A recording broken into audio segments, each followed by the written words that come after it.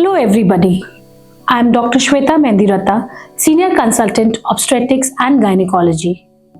बहुत से लोग आकर के जब उनकी प्रेगनेंसी की शुरुआत ही होती है तो मुझसे आकर के पूछते हैं, डॉक्टर साहब मेरी नॉर्मल डिलीवरी तो हो ही जाएगी ना।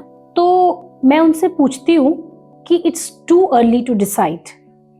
उस समय तो उनको शायद ये बात समझ में नहीं आती है, but with time they understand. कैसे, ये आज मैं आप सबके साथ डिस्कस करना चाहती हूँ। सो होता क्या है कि अगर आपकी ये फर्स्ट प्रेगनेंसी है तो definitely yes, you deserve a trial of labour, provided आपका जो प्लेसेंटा यानी कि अव्वल नाल है वो आपका एकदम सही जगह पे है, यानी कि वो लो लाइंग या फिर जिस स्थिति को हम बोलते हैं प्लेसेंटा प्रीविया ना हो। तो again you can easily deliver normally अगर आपका जो नीचे का रास्ता है पेल्विस, जिसके थ्रू बच्चा नॉर्मल डिलीवरी के रास्ते से आता है, वो अगर एकदम एडिक्वेट है तो you can always deliver normally. But अगर आप प्राइमी पेशेंट है यानी कि आपकी ये फर्स्ट प्रेगनेंसी है तो you deserve N adequate trial of labour, और कोई पहले से जज नहीं कर सकता है कि वो पेल्विस एब्सोल्युटली एडिक्वेट है या नहीं है अनटिल एंड अनलेस उसमें कुछ ग्रॉस एबनॉर्मैलिटी हो। Again what are the other things जो कि आपको नॉर्मल डिलीवरी से रोकता है। कुछ लोग कहते हैं, डॉक्टर साहब मेरा पिछला बच्चा ऑपरेशन से हुआ था, क्या ये बच्चा नॉर्मल हो पाएगा?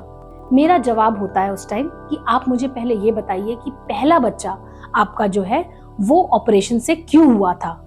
ऐसे कुछ कारण होते हैं जो कि रिकरेंट नहीं होते, यानी अगर आपका पहला बच्चा उल्टा था या पहला बच्चा आड़ा यानी कि ट्रांसवर्स लाए था तो definitely yes, you can have a trial of labour.